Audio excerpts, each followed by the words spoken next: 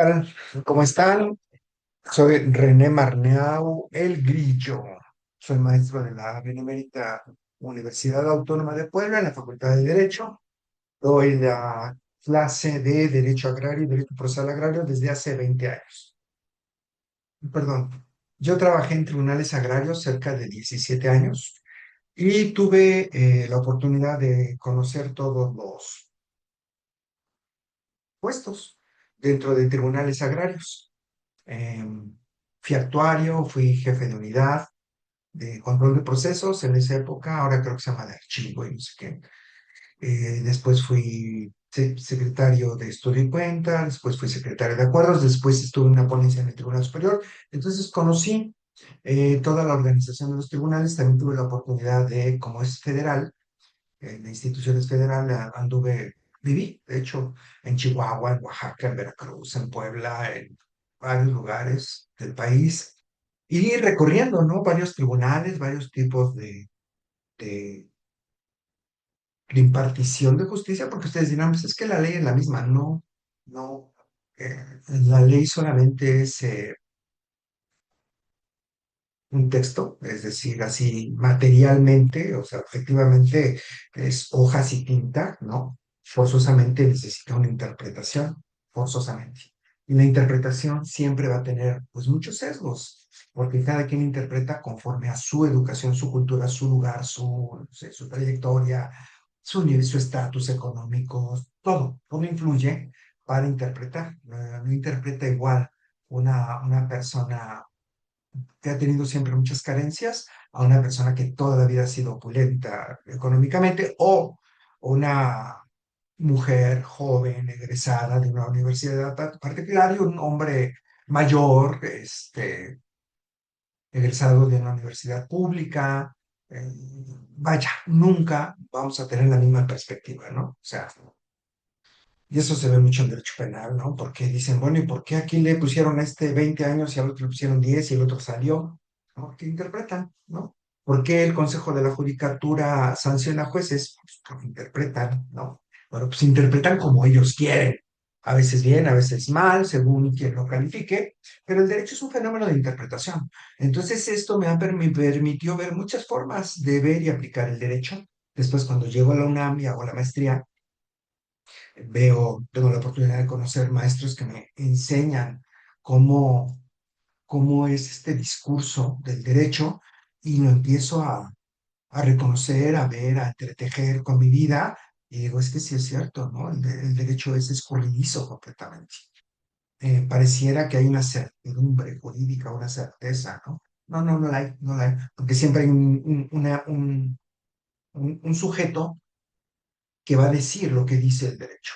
Y este sujeto, pues, siempre va a ser tendencioso, siempre, a favor, en contra, izquierda, derecha, centro, lo que sea, siempre va a interpretar, ¿no? Como se le enseñó, o como puede, o como cree que es correcto, ¿no? Y si no, ¿para qué existe entonces la jurisprudencia, ¿no? Que son criterios que aclaran. Pues si un juez dice que sí y otro dice que no, pues entonces el derecho no es como muy seguro, certero. Pero bueno, son posturas. Yo les hablo de mi experiencia y pues tuve esta oportunidad y esto me ayudó mucho a conocer el derecho, a teorizar, a ver a grandes maestros, ¿no? Del estudio del derecho.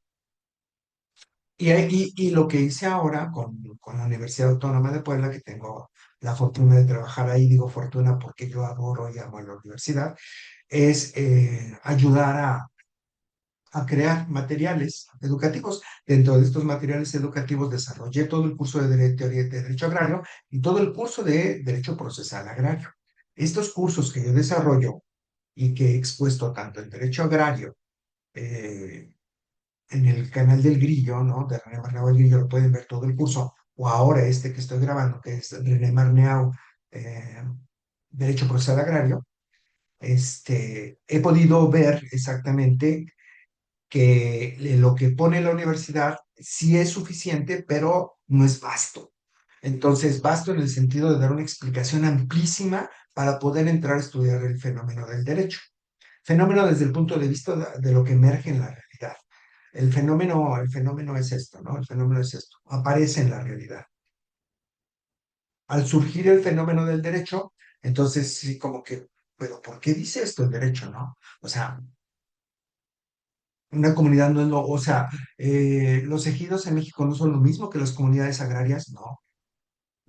Bueno, ¿por qué? Y entonces por eso me aviento todo el rollo este histórico del derecho agrario para que tengan claro eh, por qué somos como somos, por qué México es como es, ¿no?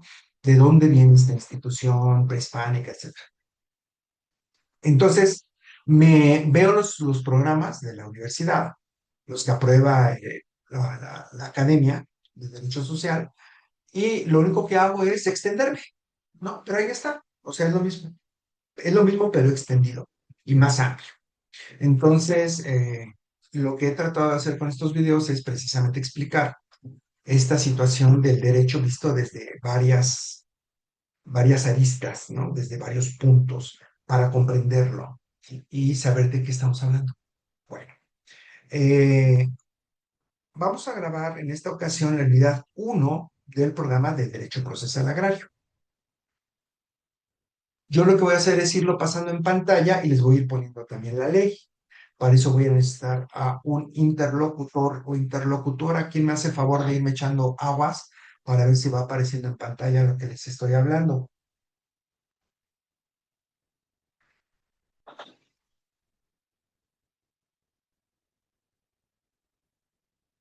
Bueno, entonces me Si va a quiere, yo lo ayudar apoyo, maestro.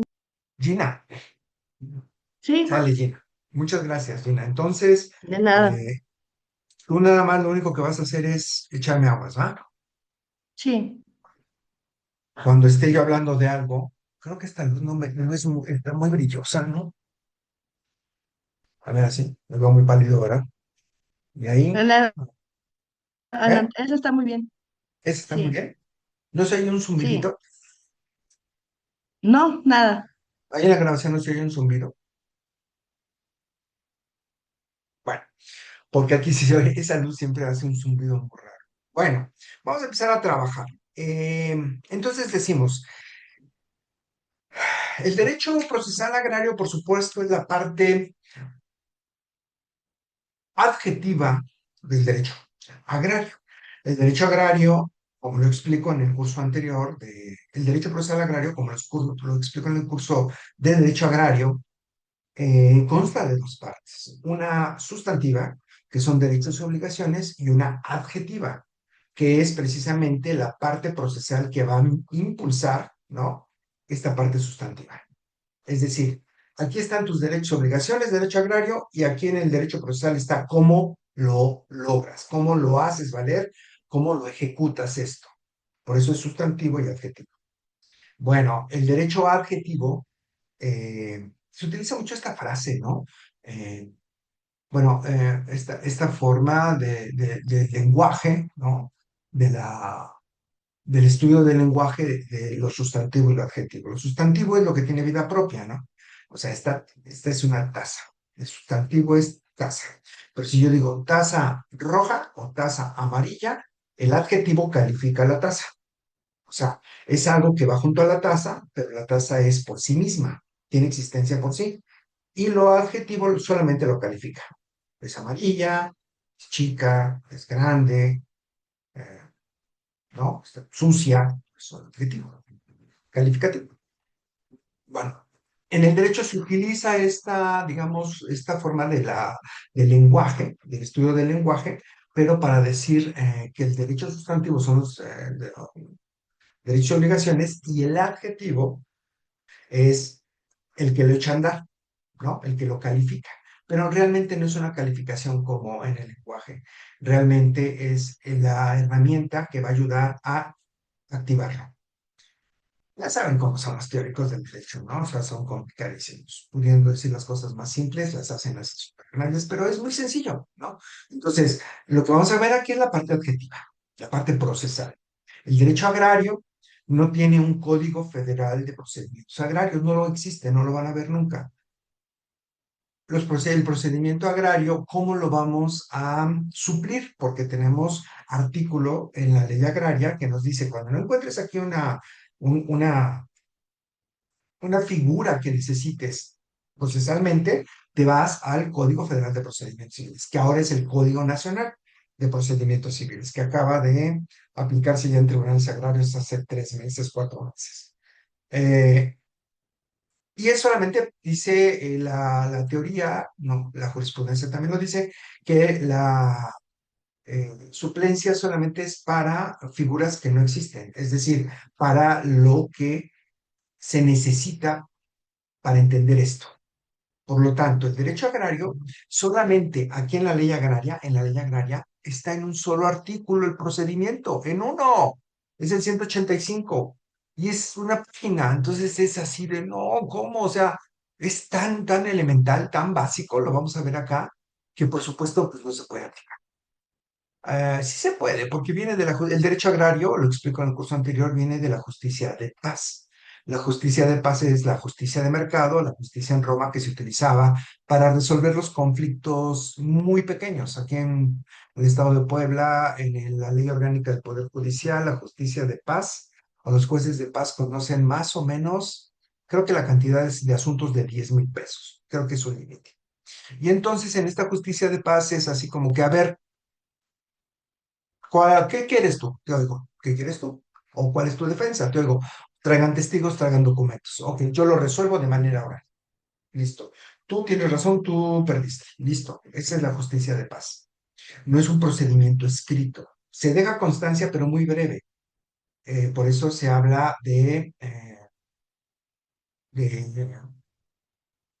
juicios orales sumarísimos. El problema es que ah, la ley dice, si una de las partes va con un asesor legal, la otra puede, también no debe llevar asesor legal. Y si no, se le nombrará uno de la Procuraduría Agraria. Estos sujetos, estos, que son los abogados, son los que complicaron el procedimiento. Realmente, si estuviera solo el magistrado con las partes, sería muchísimo más fácil. O sea, en un día, como lo dice el 185 de la ley agraria, en 2 horas lo resuelves, ¿no? Dejas constancia por escrito y vámonos.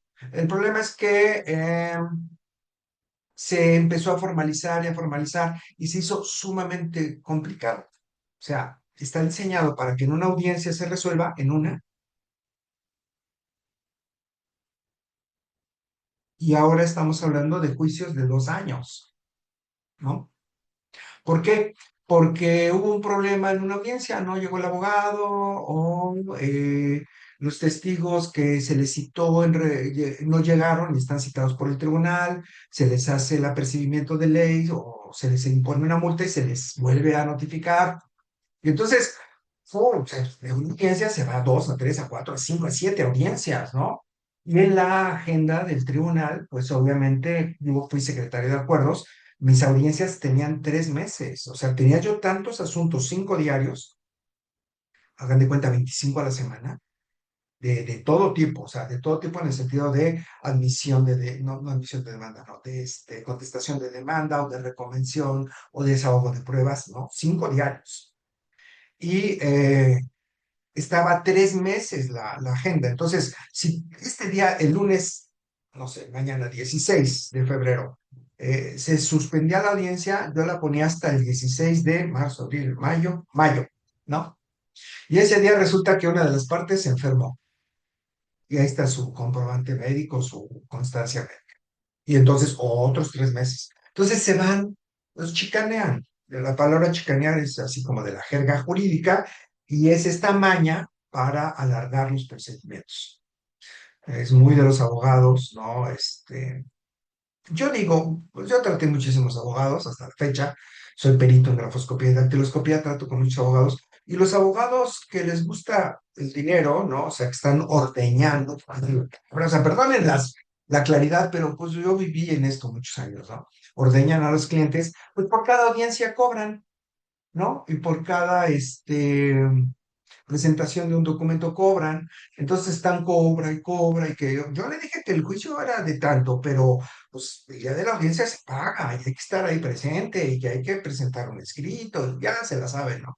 Entonces, pobre gente, digo pobre porque pudiéndolo resolver así, se les va, ¿no? Ya, de entrada, o sea, llegas a tener tanta experiencia que de entrada tú ves la demanda, en la primera hoja sabes si ganó o perdió, así, yes.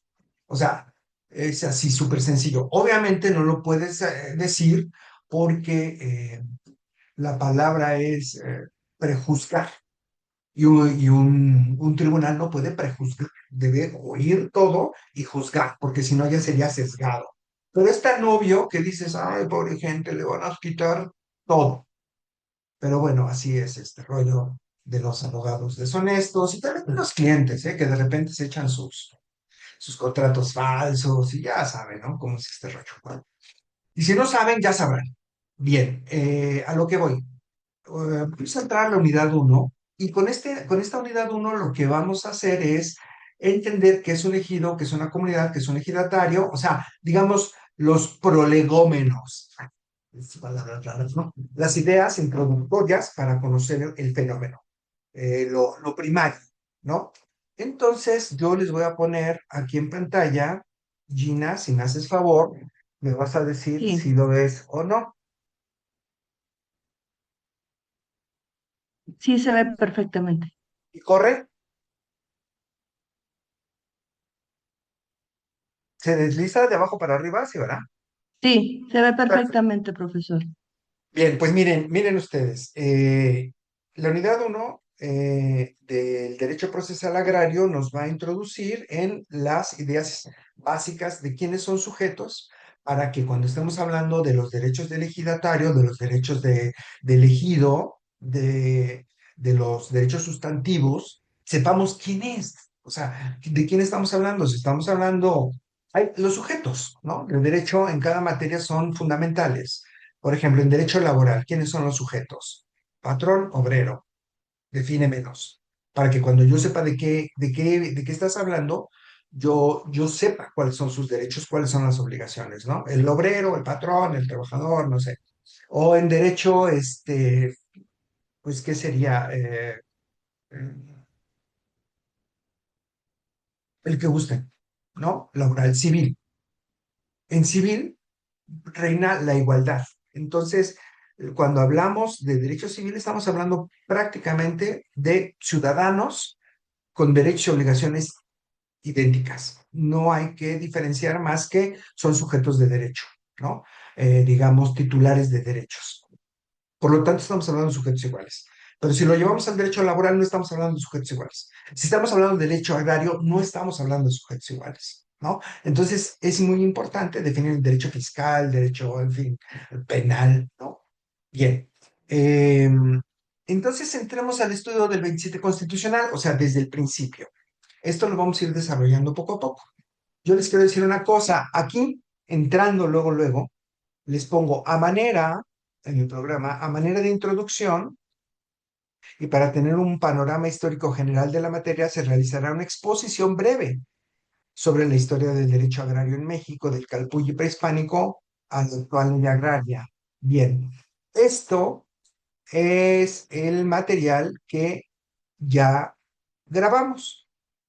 Lo voy a poner precisamente al principio del curso para que sepan cuál es la historia del derecho agrario en México. Y cuando entremos en esta parte porque si se fijan, habla del Calpulli a la ley agraria, cuando pasemos por las leyes de reforma, que son las leyes de juaristas, la Constitución de 1857, la ley de desamortización de bienes del 56, ¿no? Para desmantelar la propiedad de la iglesia, vamos a hablar de un texto de Hans Kelsen, que es un gran teórico del derecho, que hizo la teoría pura del derecho. Y este Hans Kelsen, lo que es, este Hans Kelsen, Hans Kelsen lo que hace es precisamente estudiar estas figuras de Dios y Estado para entender digamos, similitud entre estos dos entes, ¿no? Y las consecuencias que tienen. Esto para explicar cómo emerge el Estado juarista, ¿no? Cómo emerge el Estado juarista ante la Iglesia, que es la todopoderosa en ese momento, para crear el Estado. Por eso yo les explico en estas dos cápsulas introductorias de historia cómo el Estado Nacional surge realmente en el siglo XIX. O sea, México es muchos Méxicos, ¿saben? O sea, México no es Tenochtitlán. México son los mayas, México es el desierto del norte, México también es Sonora, México son los yaquis, México son los mestizos, ¿no? Pero hay dos grandes Méxicos, yo así lo puedo ver. Es uno que es el mesoamericano, que es de Querétaro hacia abajo, que es verde, que la gente es morena, que es prehispánico o ya mestizo, y el del norte, que la gente es muy blanca y con otra mentalidad. Somos dos, así como a punto de vista, dos grandes, pero de ahí vienen muchos, muchos Méxicos, ¿no? Y obviamente esto obedece también a la población que mandó o abrió las puertas Porfirio Díaz para que los norteamericanos no se apropiaran del territorio nacional en el norte, y vino mucha gente de Europa y se asentó en todos estos lugares. Por eso es que ven mucha gente blanca en el norte, ¿no?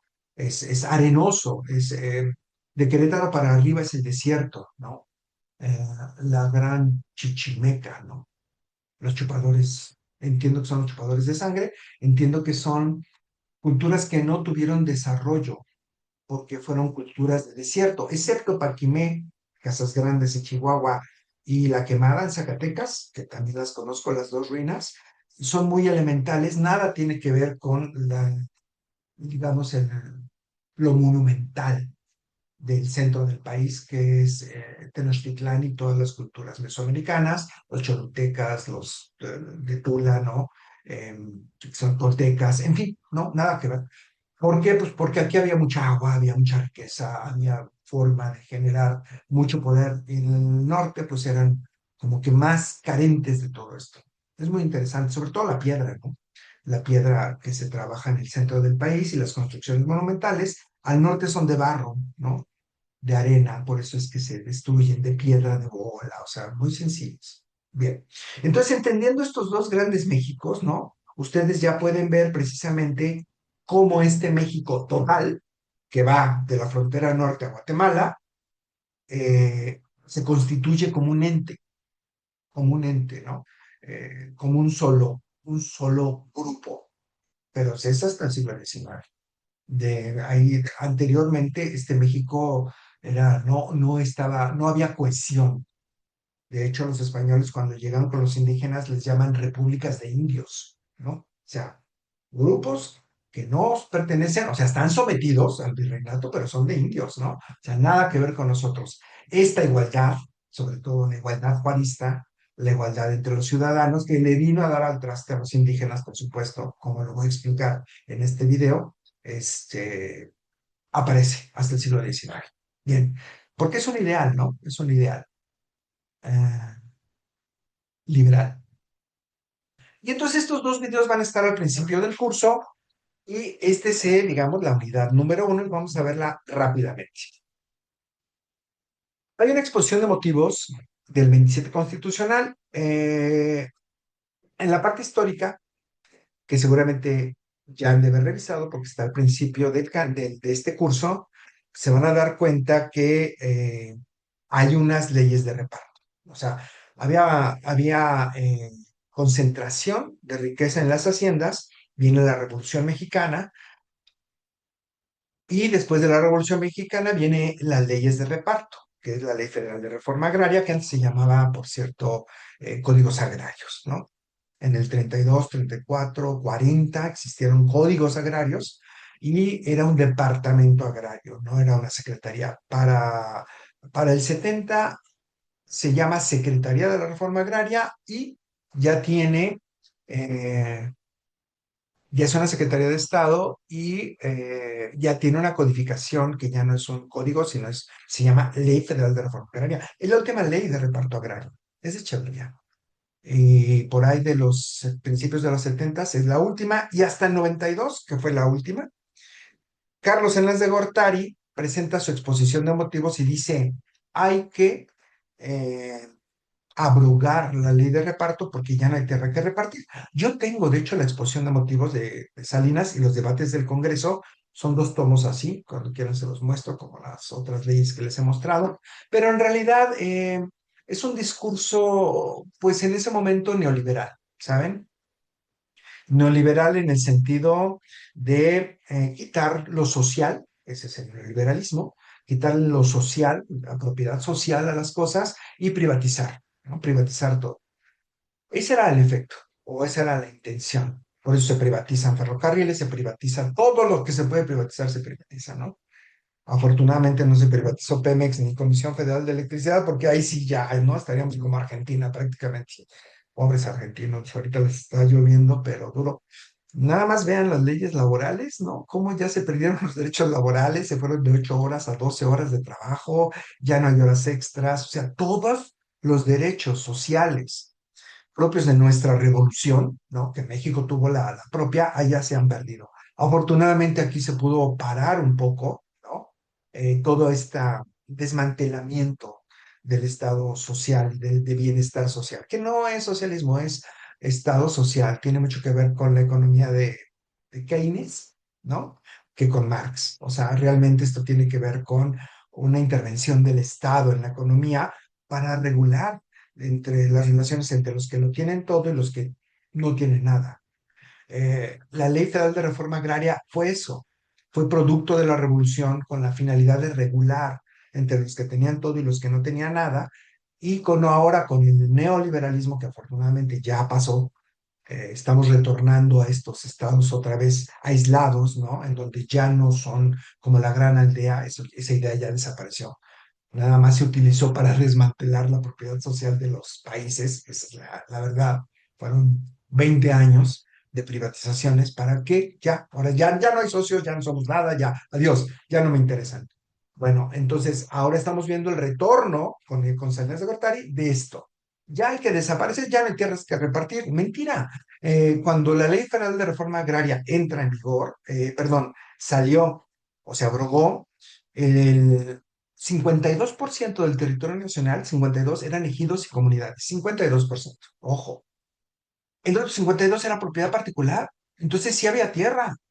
Lo que pasa es que no había voluntad de repartir la tierra, eso es, ¿no? No, no es que no hubiera tierra, no había voluntad de repartir. Que de hecho ya se había parado todo esto, ¿no? Desde Miguel de la Madrid, ¿no? Ya venía frenándose todo lo que era el reparto agrario y la aplicación de los derechos sociales. Y tiene que ver con el ascenso de los empresarios al poder. Pues obvio, si estás privatizando todo, los empresarios tienen que llegar al poder para quiénes se van a quedar con las empresas del Estado.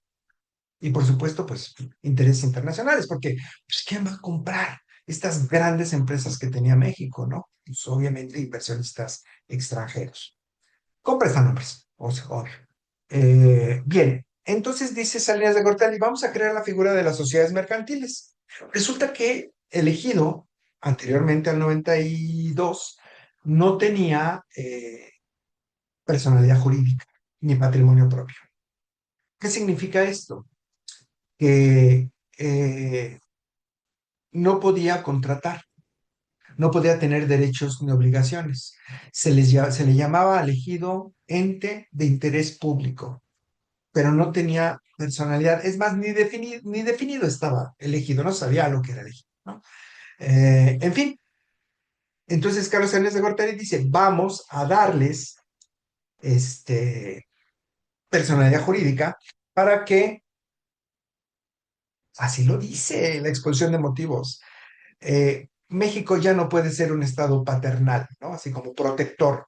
Siempre tuvo que serlo, siempre, porque si no la pobreza se iba a ir al otro extremo y pasó. Con el neoliberalismo supuestamente iba a generarse riqueza, ¿no? Iba a caer en cascada y pues no cayó nada, no cayó ni un peso, entonces la pobreza se extendió brutalmente, ¿no? Entonces dice Salinas, ya no podemos ser paternales, ¿no? O sea, ya no podemos intervenir en la economía. Hay tres formas de Estado, es la economía capitalista, la economía mixta y la economía socialista. En la economía capitalista, el Estado no interviene en la economía. Es decir, todos son iguales, todos son ciudadanos, aquí no hay privilegiados. En la economía mixta, el Estado puede intervenir teniendo propiedad pública, Pemex, seguro social, etcétera, ¿no? Cosa que, por ejemplo, en Estados Unidos no hay. Y el tercero, que es el Estado socialista, que es el Estado es dueño de todo, o sea, todos somos dueños de todo. Nosotros, en México, tenemos la economía mixta, aún, afortunadamente. No pasamos a estos niveles de Estados Unidos para ser tan millonarios como ellos. Obviamente no lo vamos a hacer nunca, es obvio, pero bueno, habrá gente que diga que sí. Entonces, acá en la economía capitalista, de lo que se trata precisamente es de apropiarse de todos los bienes sociales. Entonces, si a los ejidos se les estaba dando apoyo por parte del Estado por la intervención, recordemos, había Conasupo, que era una tienda que articulaba todo el comercio de los productos del campo para que el coyotaje disminuyera, ¿no? Se quitó. O sea, Conasupo era un mediador, desaparece. Banrural, que era un banco de crédito para ejidos, desaparece. Institutos que regulaban los precios, Instituto del Café, Instituto del Maíz, Instituto de muchas cosas desaparecen. Entonces, todos estos organismos desaparecieron porque pues ya el Estado ya no puede intervenir, ya todos somos iguales, ¿no? Es lo igual Carlos Slim que un indígena quetzal, son idénticos, ¿no? Velos, son iguales, ¿no? Entonces, tienen que el Estado ya no puede proteger a ellos. ¿Cómo crees? Si todos somos parejos, entonces dejo de intervenir y obvio, el campo truena. Y ustedes dirán, pero México exporta, México tiene producción alimenticia, sí, pero no es el campo social, es el campo particular, el que tiene inversión, el que tiene muchísimo capital. El campo social se viene abajo porque no hay créditos, porque ustedes dirán, ah, sí, pero se les da una prestación que se les daba el campo, ¿cómo se llamaba? No sé si todavía existe, si alguien lo recuerda, al año se les daba, pero eran 5,000 pesos por hectárea, o sea, nada, eh, nada que ver con lo que había, ¿no? Para México en los 70 era eh, generaba su propio consumo, era independiente en materia alimenticia. Todo lo que se comían los mexicanos lo producían los mexicanos en los 70. Ahora dependemos alrededor del 60% del exterior. Ojo, ¿no? ¿Y por qué dependemos del exterior? Porque si ustedes van a los centros comerciales o a ver dónde están los productos que comemos, pues nada más chequen las latas y todo lo que consumimos, de dónde viene, ¿no? Están manzanas de Estados Unidos, peras de Estados Unidos o de otros países, o sea, ya no somos autosuficientes. A cambio de esto, y también hay que decirlo, a cambio de esto, México pasó de una economía agrícola a una semi-industrializada. Es decir, México se convierte en una plataforma de maquila, pues para eso fue el Tratado de Libre Comercio, ¿no? En donde se desplaza gente del campo, empobreciendo al campo, y por supuesto, trayendo capitales extranjeros. También hay que decirlo, ¿no? No sé si ya se los expliqué y sería el momento adecuado. La Constitución mexicana antes de 1992 tenía 3 artículos fundamentales. 27 constitucional, reparto agrario. Tercero, educación mínima primaria, me parecía, secundaria. Y derechos sociales garantizados, derechos laborales garantizados. Con el neoliberalismo, el derecho agrario deja de repartir y se truena el campo. Con esto hay un desplazamiento de gente, ¿no? Hacia las ciudades. El tercero constitucional sube la educación a bachillerato a técnicos, técnicos precisamente para la producción. Entonces hay un desplazamiento masivo de jóvenes preparados técnicamente y el derecho laboral desaparece. Entonces tienes un universo de gente técnicamente preparada, obreros que pueden leer manuales, para que México se constituya como un país de maquila del norte. Ya después, ahora con estas políticas que les digo, nada más era dar a tole con el dedo, ya no traen empresas, los gringos, ¿no? Pero otros países sí dicen, ah, México es bueno. ¿Y por qué es bueno? Hay que decirlo también, porque tiene muy buena mano calificada, que los muchachos salen ya con bachillerato técnico, y por su nivel económico. O sea, es un país de precios muy económicos, ¿no? Para mano de obra. Entonces, llama la atención. No es como estos países, ¿no? También de América Latina, en donde no tienen esto garantizado. Entonces, México, digamos, se prepara para dar este paso a la semi-industrialización desde el neoliberalismo y con todas estas reformas constitucionales. Por eso yo les digo, la ley realmente no es un pacto de voluntades igualitario, la ley es un instrumento de poder, de quien tiene el poder, ¿no? Quien tiene el poder a través de los cambios constitucionales va a aplicar sus intereses, ¿no? De manera obviamente muy disfrazada. Pero pues ya aquí ya los cachamos, ya los cachamos. Entonces se les da sociedad, se les da personalidad jurídica, ¿no? Y se crea esta capacidad de crear sociedades mercantiles. Dice la ley, todas las sociedades mercantiles son permitidas. El artículo 1 de la Ley General de Sociedades sí, Ley General de Sociedades Mercantiles dice cuáles son. Son las sociedades anónimas, de capital variable, las de comandita simple, las asociaciones civiles, en fin, son muchas. Entonces los ejidos ya pueden asociarse para generar riqueza. Afortunadamente, apenas, esto es apenas, ya hay ejidos que la parte comunal la rentan a empresas, ¿no?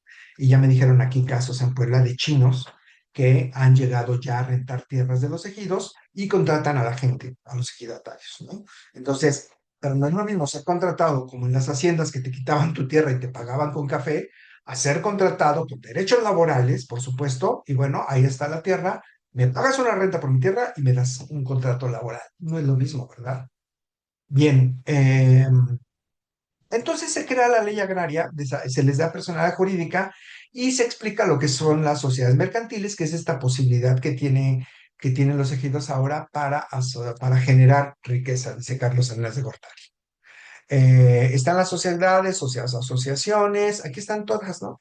Sociedades en nombre colectivo, sus comanditas simple, responsabilidad limitada, que son precisamente las del artículo 1 de la Ley General de Sociedades Mercantiles. ¿Va?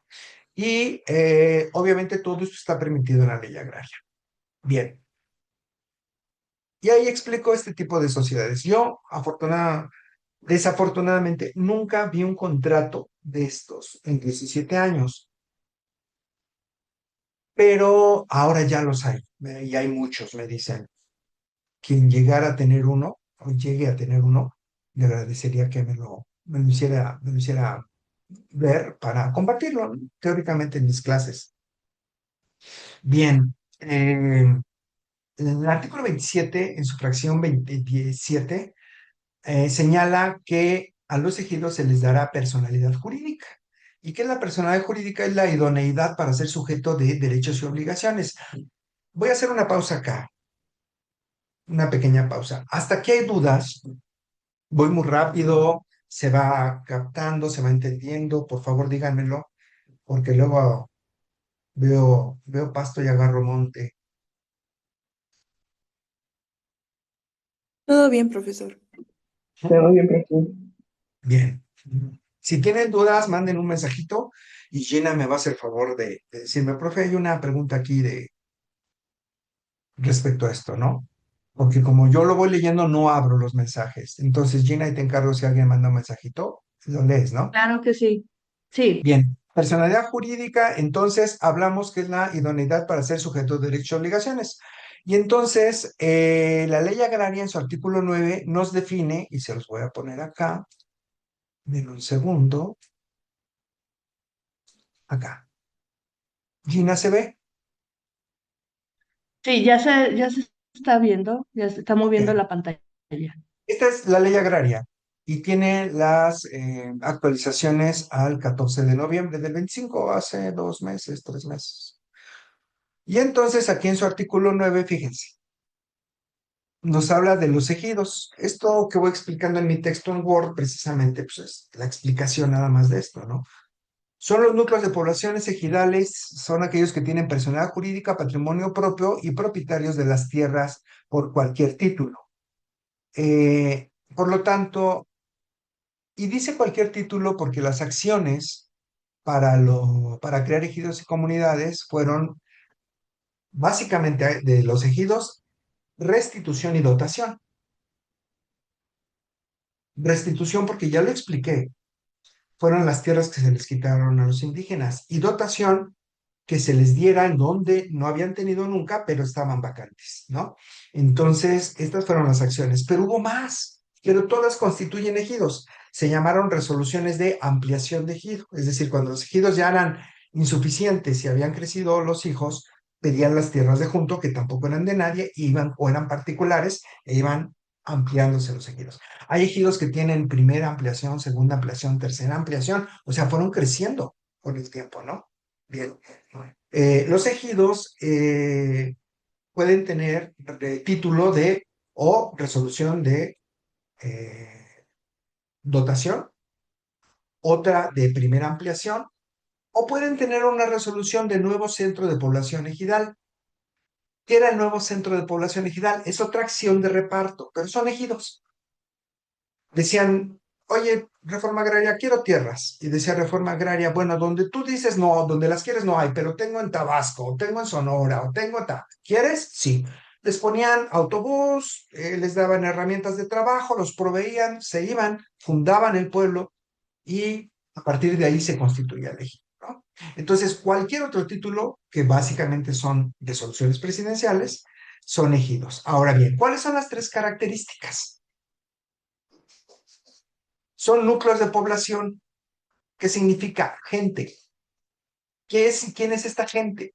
Son los que pidieron la tierra, pero como ya murieron, porque básicamente todo esto es antes de los 70s, 80s, pero vienen desde los 50s, 40s, son los hijos o las personas que se fueron quedando con esas parcelas, ¿no? Ese es el núcleo de población, se llaman ejidatarios, los que están ahí. Y tienen personalidad jurídica. ¿Esto qué significa?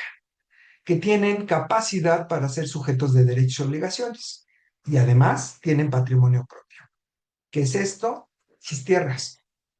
Entonces, son núcleos de población con personalidad jurídica y patrimonio propio. Eso es un ejido. Y también es una comunidad. Ahorita vamos a ver la diferencia entre ejido y comunidad, pero es en definición lo mismo. Y se los voy a poner acá. Vamos a ver, vamos a ver. Lo pongo acá y voy a trabajar mi material que está aquí. Y entonces, el artículo 9 nos dice que son, ahí está Gina, ¿verdad? Sí, se ve perfectamente, está subrayado. Ok, entonces son los núcleos de población con personalidad jurídica, patrimonio propio, eso es un ejido, propietarios de las tierras, su patrimonio, y para entender mejor lo que es un ejido, ojo, pongan muchísima atención, para entender mejor lo que es un ejido vamos a ocupar la figura de la sociedad mercantil, denominada sociedad anónima. Y entonces aquí hago un símil.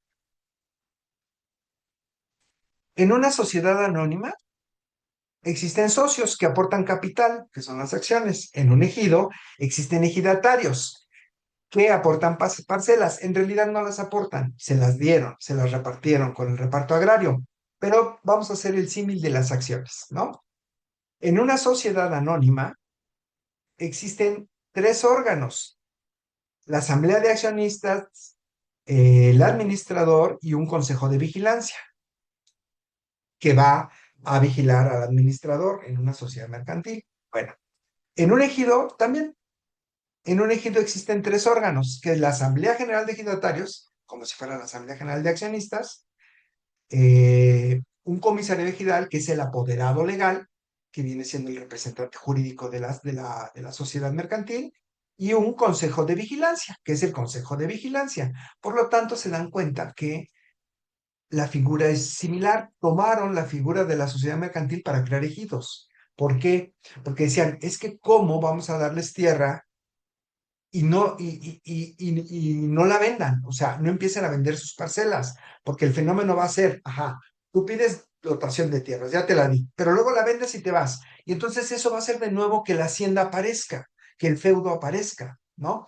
Entonces, o el latifundio, ¿qué es lo que vamos a hacer? Hacer un candado. Un candado. ¿Y cuál es la figura? La sociedad mercantil. Por eso es que tienen tres órganos, por eso es que funciona muy parecido, ¿no?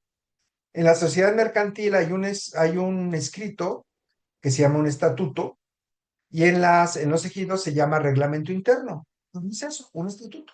Son las normas que ellos tienen para regirse económica y socialmente, lo dice la ley agraria. Bien, ese es un ejido, que es una comunidad agraria. Bueno, las comunidades agrarias son aquellas que les expliqué en la parte histórica del curso que nunca perdieron sus tierras. Entonces, como nunca las perdieron, lo único que pidieron fue que sus títulos virreinales, que eran expedidos por una autoridad virreinal, se los cambiaran por una resolución presidencial nacional o títulos del Estado Nacional Mexicano. Recordemos, México como Estado se funda con la Constitución del 57, o aparece. Pareciera que está antes, pero no lo hay. O sea, no hay un respeto a la Constitución. La Iglesia sigue señoreando, ¿no? El poder. Nace el Estado juarista, se contrapone a la Iglesia, surge como un Estado independiente, crea las leyes del registro civil, crea sus panteones, crea su matrimonio, crea su reconocimiento de hijo, ¿no? O su reconocimiento, perdón, de ciudadano, y todo esto que es de la Iglesia, que es el bautizo y el matrimonio religioso y los panteones religiosos, desaparecen. O el que quiera lo puede hacer, excepto los panteones, ¿no? Porque esos sí son, pertenecen a los municipios y deben de tener ciertas condiciones. Por lo tanto, se ordena sacar los cuerpos de los atrios y pasarlos a los panteones civiles, y lo van a ver muchísimo. Por eso, cuando llegan a los panteones, ahora, los atrios están vacíos. ¿Por qué? Porque con las leyes de reforma sacaron a la gente. Muchos se quedaron ahí abajo, ¿no? Muchos cuerpos. Pero la mayoría los fueron, sacaron. Todavía en algunos pueblos lo van a ver, en los atrios van a ver los cuerpos, ¿no? Pero con las leyes de reforma se obligó a vaciar los panteones religiosos, que son los atrios. Entonces todo ahora es en panteones civiles.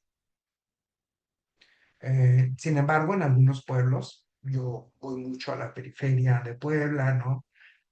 Cuautinchan, no, todos, muchos. Pero, por ejemplo, van ustedes a Tecali, ya no, ¿no? Tecali, su atrio está limpísimo, pero Cuautinchan está su iglesia, la vieja, y atrásito está una más nueva, ¿no?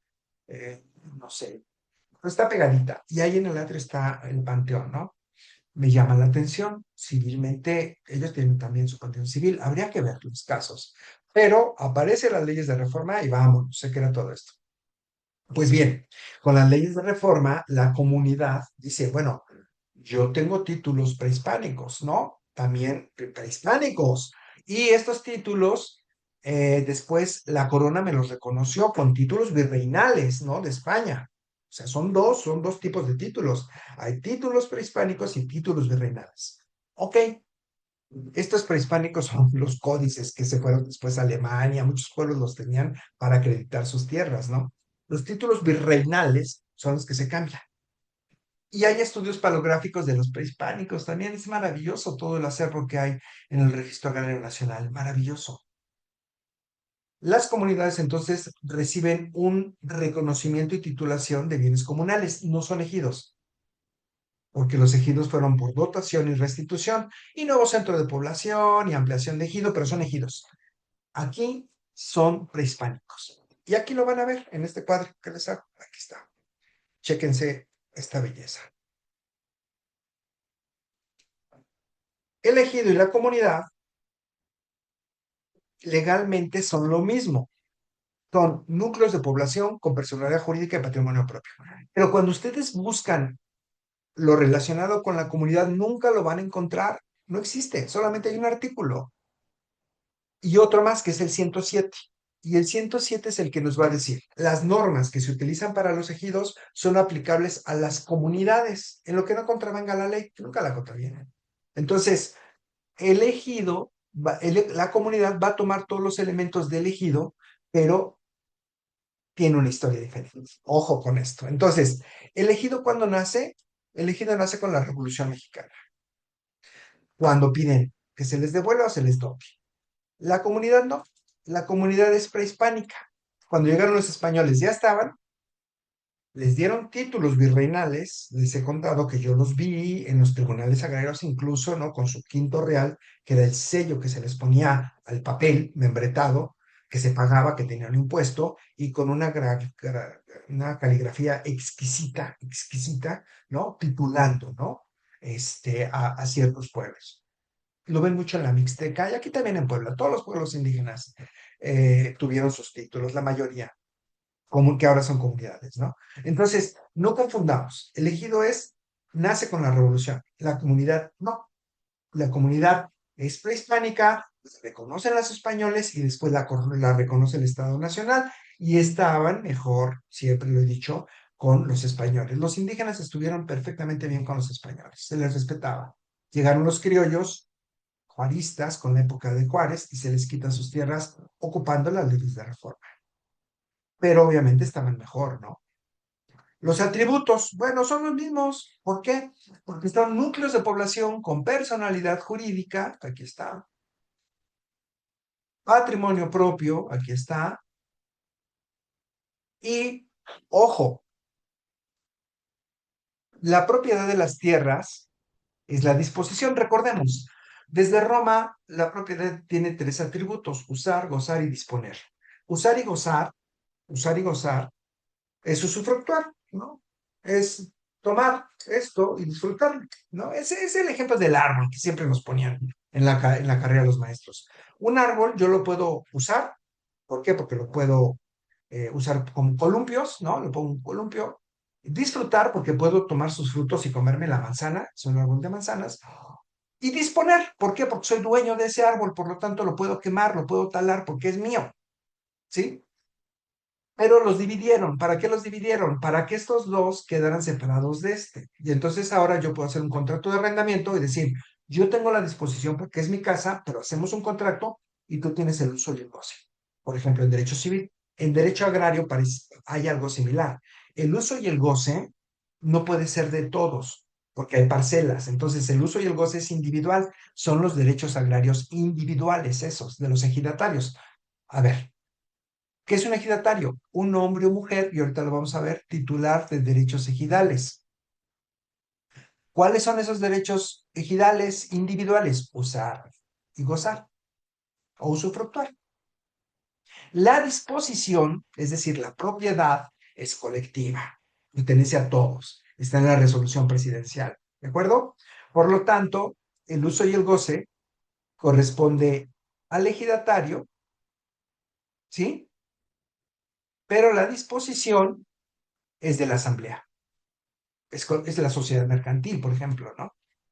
Bien, los tipos de tierra, en el ejido hay tres, y estas son grandes diferencias que ustedes dicen, pero no entiendo. ¿Por qué una comunidad solamente tiene dos? No son tierras comunales, es comunidad agraria, porque dentro del ejido hay tierra comunal, ahorita se los explico. Las tierras en los ejidos se dividen en tres: asentamiento humano, que son donde vive la gente; uso común, que es un área dentro del ejido para trabajar con el tequio, esta figura prehispánica, que es el regalo personal, ¿no? El trabajo a favor de la comunidad. Con esto que se pinta la iglesia, se hace un camino, o sea, todos trabajamos para esto. Y las tierras parceladas, que son el pedacito de tierra ya, donde tengo mi certificado parcelario y puedo disponer solamente yo. ¿Ok? Las comunidades no. Las comunidades, como son prehispánicas, tienen asentamiento humano, que es donde vive la comunidad, y todo es uso común. ¿Por qué? Porque la explotación indígena nunca fue parcelada. La explotación parcelada es occidental, es producto de la revolución, es con este pensamiento europeo. El pensamiento prehispánico, indígena, todo, la tierra es de todos. Y entonces ustedes van con los tarahumaras, ¿no? Rarámuris, realmente es el nombre correcto, y entonces ellos piden tierra a la asamblea y les dan una superficie. Pasan 2 años, se la piden y ahora le dan en otro lado. ¿Para qué? Para que esa tierra descanse. Perdón. Y entonces ellos se van moviendo en toda la comunidad. Es una forma de explotación indígena. No es propia de Occidente. Lo occidental lo van a encontrar en el ejido. No sé si hasta aquí va quedando asentada la idea.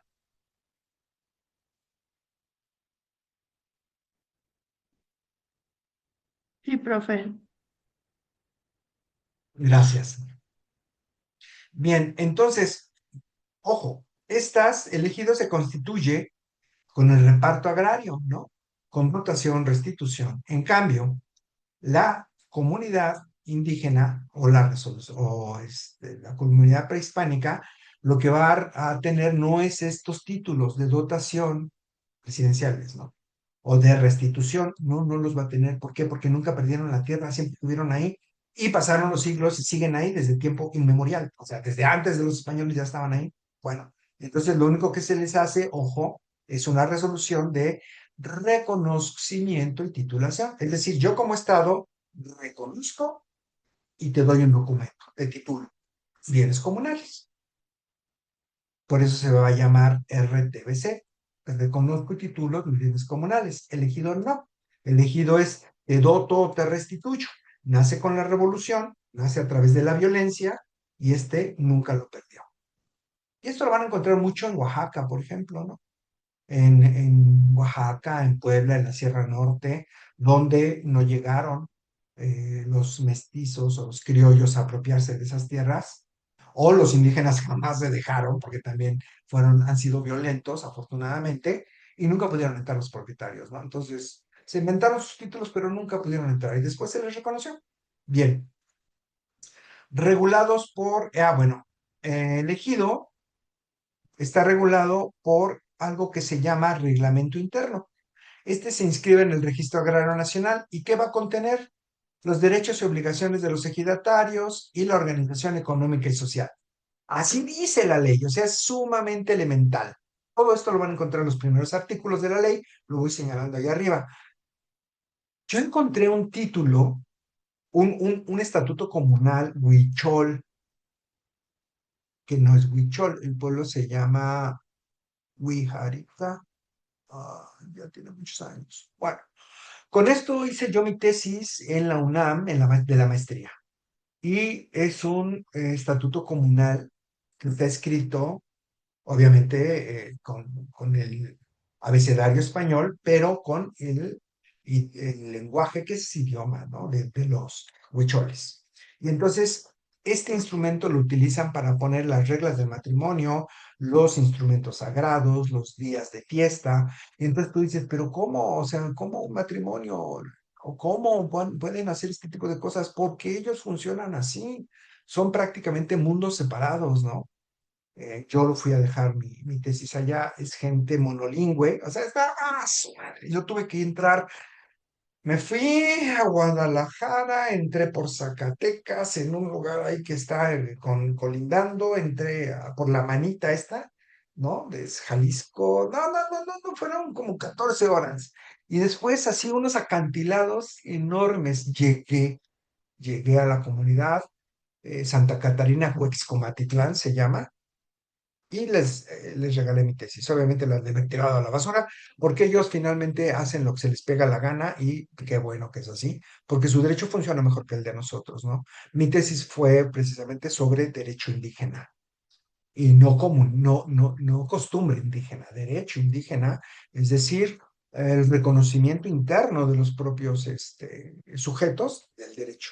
Mucha gente dice, no, es que eso no es derecho. Está bien, no hay problema, no pasa nada. Bien, por lo que va al estatuto comunal, este es lo que llevan las comunidades indígenas. Aquí se llama reglamento interno y aquí se llama estatuto comunal. Pero es lo mismo.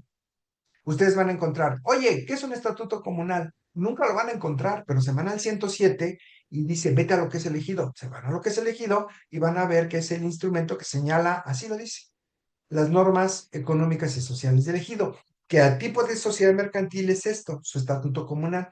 Solo que aquí se llama reglamento y aquí se llama estatuto. En lo mismo. Las autoridades. El ejido lo señala. Es la Asamblea General de Ejidatarios, artículo 23, Comisario de Ejidal, artículo 33, y Consejo de Vigilancia, si no mal recuerdo, de andar como por el 35, 37. Ahorita lo vamos a ver. Y ustedes lo buscan en la comunidad y no lo van a encontrar. Por lo tanto, se va a llamar Asamblea General de Comuneros, Comisariado de Bienes Comunales y Consejo de Vigilancia de Bienes Comunales. O sea, nada más se va a hacer la adecuación, porque no lo hay en la ley agraria. ¿Qué es un ejidatario? Pues lo mismo que es un comunero, es un hombre o mujer titular de derechos, de derechos ejidales. Esto lo quiero señalar aquí nada más para que lo vean rápidamente. Aquí. No, no es aquí. Ay, ¿dónde es? ¿Dónde es? ¿Dónde es? Dame un segundito.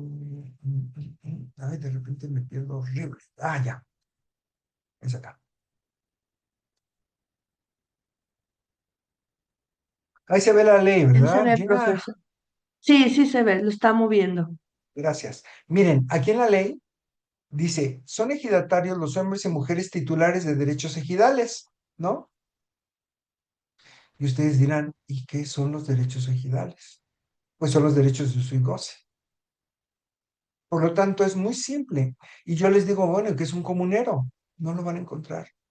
Un comunero es un hombre o mujer titular de derechos comunales, ¿va?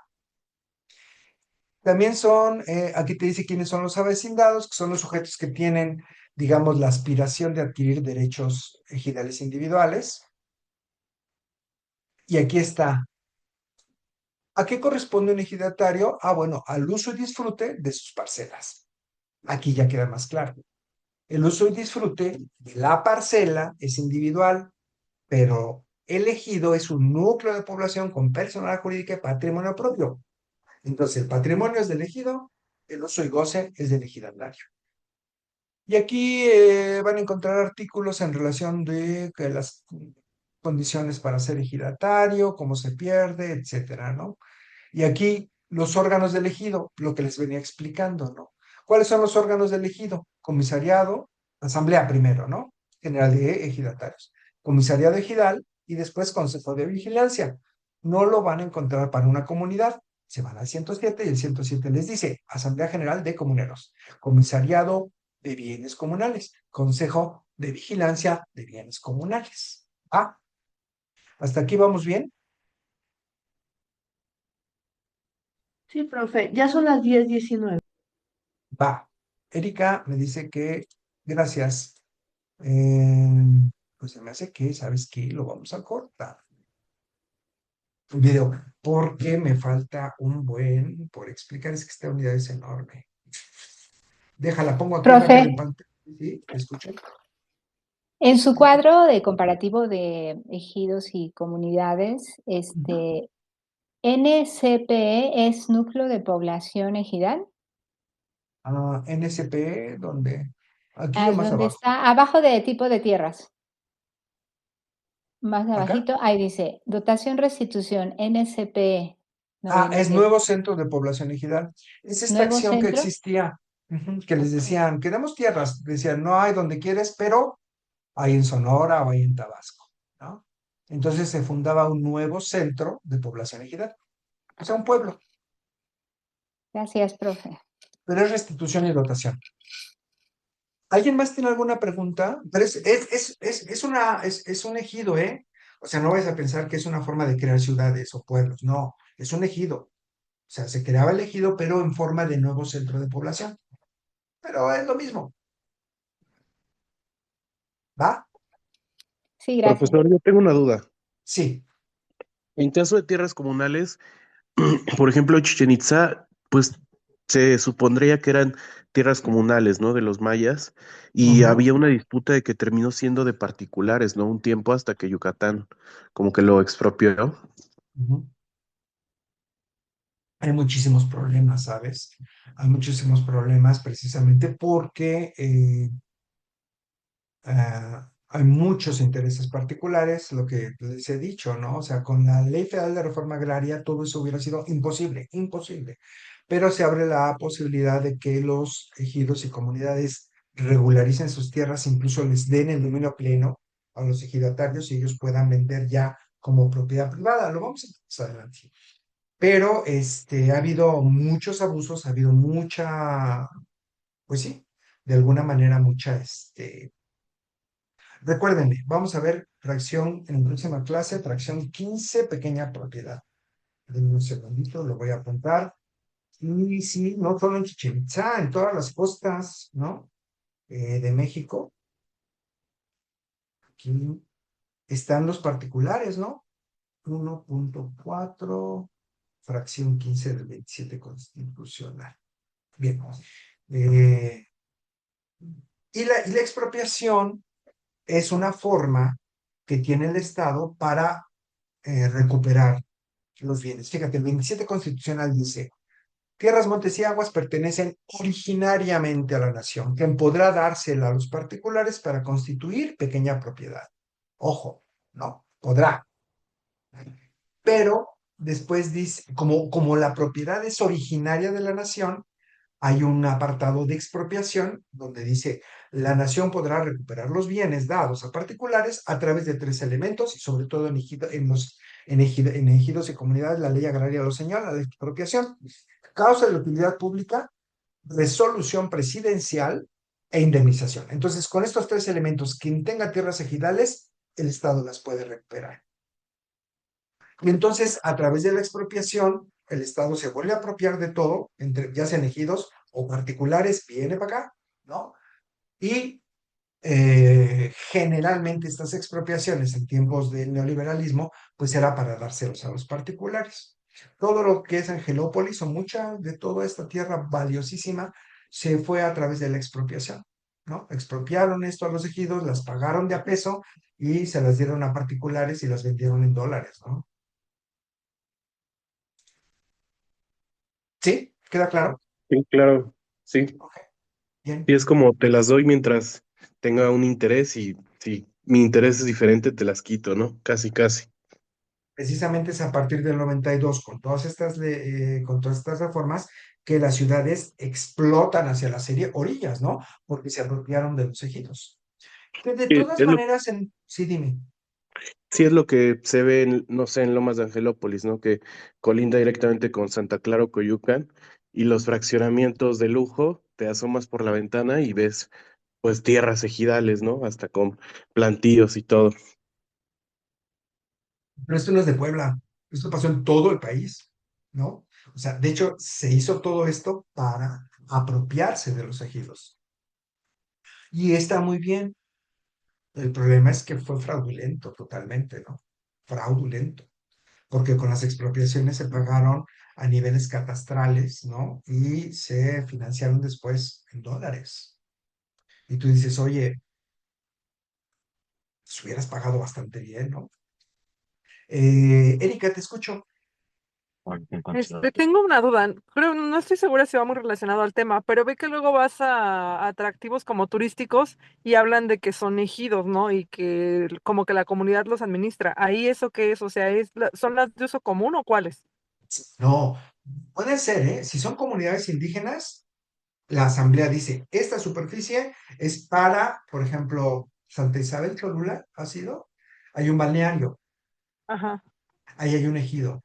Entonces, la Asamblea General lo que hace es decir, estas aguas y estas albercas son ejidales y este parque es ejidal. Por lo tanto, el que quiera venir va a pagar, ¿no? Y todo el beneficio es para la Asamblea General y para los ejidatarios. Y quienes ponen los negocios, la señora que vende las gorditas y la del restaurante y los de allá, son ejidatarios nada más. Entonces ellos crean sus propias organizaciones internas, como sí, su explotación de recursos, que me parece magnífico, y obviamente ellos son los que se benefician colectivamente de eso, claro. Siempre hay gente que gana más, ahí está el comisariado, las cuentas chuecas, pero bueno, dices, son ellos, ¿no? Ya que se arreglen entre ellos. Pero finalmente es una manera colectiva de explotación, ¿sí? Sí la hay. Puede ser en los ejidos sobre tierras de uso común, ojo, porque si lo hacen ejidatario en su parcela, es de él, porque él usufructúa. Y las parcelas no miden 1 hectárea, hay parcelas de 5, 7, 10 hectáreas. Entonces tú dices, aquí lo ven mucho en Yucatán, yo he ido mucho a Yucatán, y son puros ejidos. Fíjate, como en Yucatán, que fue prehispánico y eran comunidades indígenas, no hay comunidades, todo es ejidal, algo raro. Y entonces tú vas a los ejidos y entonces ahí la gente tiene ay, ¿cómo se llaman estos? Donde te metes al agua y abajo hay museas y todo esto.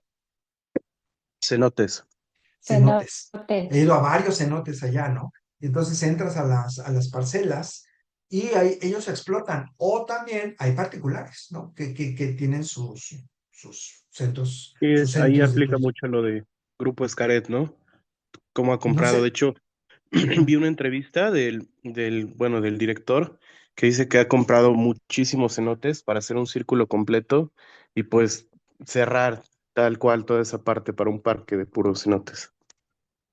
Claro, no sé exactamente cómo sea Xcaret, pero sí te puedo decir que hay intereses extranjeros, que hay muchísimo dinero y obviamente que ha habido un despojo tremendo, ¿no? Eso sí te lo puedo asegurar, que es la única forma de hacerlo. Y engaños, ¿no? Por ejemplo, esto de comprar, expropiar miren, hay dos formas de que la tierra ejidal se puede convertir a particular. Una es la expropiación, que lo hace el Estado. Por ejemplo, en estos ejidos en donde están urbanizados, aquí en Puebla, Guadalupe Hidalgo es un ejemplo. Es un ejido, ya no hay tierras, pero ese ejido no ha sido regularizado. ¿Qué se necesita? Que entre el gobierno federal, a través de resolución presidencial, expropie y se lo da a, antes se llamaba Coret, ahora se llama Sedatu, y Sedatu, sí, Sedatu. Y ellos ya regularizan y dan escrituras a la gente. Pero mientras tanto, no haya expropiación, no hay forma de regularizar. Esa es una. Y la otra es que ejido, donde no hay todavía casas, en términos del 23 le dan la autorización a un ejidatario para que adopte el dominio pleno. Y entonces esta adopción de dominio pleno ya tiene el uso y el goce y la titularidad. La segregan el ejido, ya es particular, y a partir de ahí la vende, ¿no? El problema de esto es que aquí en Puebla, en todas estas zonas, empresarios metieron muchísima lana para que se hicieran esas asambleas, los ejidatarios adquirieran el dominio pleno y una vez que adquirieran el dominio pleno lo vendieran ya como propiedad particular, pero baratísima, baratísima. Y entonces, pues por supuesto, siempre hay ventaja, ¿no? En todo ello, pero sí, así ha sido. Bien, pues ya son 10:30. No sé si quieren, le paramos y le seguimos de que 8 días, porque Está esta bien, unidad es profesor. muy amplia. Yo nada más ¿Le tengo paramos? dos comentarios. Rapidito y Sí. vámonos. Te escucho. Yo visité Huejotzingo y ahí en la iglesia, efectivamente adentro están las piedras en el suelo de 1500 y tantos, que evidencia que está enterrada la máxima figura del pueblo, ¿no? Y esa es una. La otra, hace rato citó la compañera que hay lugares turísticos que visitamos que pues todo pertenece a una comunidad, pero yo creo que más es la figura de una cooperativa, de una propiedad comunal, porque la propiedad comunal pues no tiene que tener fines lucrativos, ¿no? Y la cooperativa sí. Entonces ahí pues me quedó esa duda, ¿no? La cooperativa se funda o se hace en los bienes comunales o en el área comunal del ejido. No, es que no hay que confundir bienes comunales y área común. El área común es del ejido. Recuerden, el ejido tiene tres tipos de tierra: zona urbana, parcelas y uso común. Pero no es comunidad, es un ejido que tiene tierra común y hay comunidades indígenas que toda su tierra es comunal. Hasta ahí vamos, ¿no? Se pueden generar cooperativas en ambas. La figura de la cooperativa es la que utilizan ejidatarios y comuneros para explotar sus centros turísticos. Qué bueno que me lo recordaste, gracias. Y qué padre que fuiste a Huejo. Sí, vamos cada año por las sidras, profe. ¿Y viste lo que les comenté de esto de los edificios que están junto al atrio? Sí, de hecho, la fuente que está en la entrada trae el año, ¿no? Donde fue fundada la iglesia y donde era el registro público, precisamente al ladito. Bueno, pues todo eso era propiedad de la iglesia y con las leyes de reforma se vendió todo. Nos dejaron en calzones prácticamente. Pero ni tanto, ¿eh? Porque se quedaron con colegios y todo y siguen siendo multimillonarios, ¿no? Pero ya toda la propiedad viene para acá y la privatizó. Que ahí fue cuando se llevaron al traste a los indígenas. Pero qué padre que te fuiste a ver. Y no solamente ahí, vete a Santo Domingo, aquí en Puebla, o a cualquier iglesia, y todo lo que era alrededor, ¿no? De Santo Domingo, el atrio, eran los lugares donde los conventos tenían sus especies como de, váyanse a toda esta parte de Tecal y todo eso, todavía van a ver los aljibes y esta área donde sembraban donde producían sus propios árboles, sus sembradíos, los religiosos, hay como huertas. Bueno, pues todo eso lo vendieron. Todo eso es ahora las casas que están junto a los templos. No, no era así. Todo eso era propiedad de la iglesia. Interesante, muy interesante. Bueno, ¿alguna otra pregunta? ¿Alguna otra cosita?